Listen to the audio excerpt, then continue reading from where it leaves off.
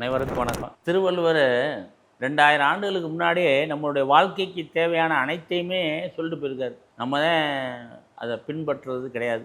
அந்த இதில் ஒரு குறள் சொல்கிறாரு, பீலி பெய் சாகாடும் அச்சிரும் அப்பண்டம் சால மிகுத்து பெயின் அப்படின்னு சொல்கிறார். பீலினா மயில் தோகை.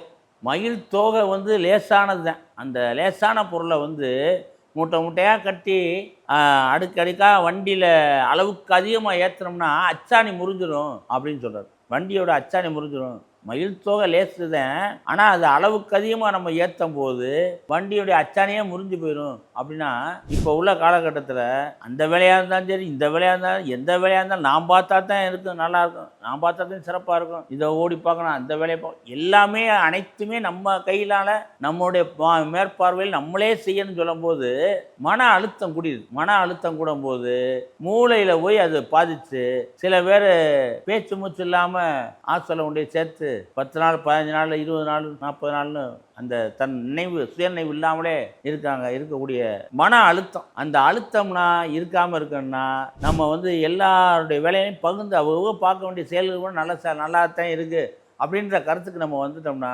அவங்க பார்க்க வேண்டிய செயலை அவங்க செய்ய விட்டுறணும். எல்லாமே நம்மளே நம்ம மனத்துக்குள்ளே நம்ம மூளைக்கே கொண்டு போய் செலுத்துனோம்னா மயில் தோகையே ஆனாலும் அதிகமான அளவு ஏற்றும் போது அச்சாணி முறிஞ்சுற மாதிரி நம்மளுடைய வாழ்க்கையிலையும் அளவுக்கு அதிகமான சுமைகளை ஏற்றக்கூடாது. ஏற்றணும்னா நம்மளுடைய வாழ்க்கையும் சிறப்பாக அமையாது அப்படின்ற கருத்துக்கு தான் இந்த திருக்குறள். வணக்கம்.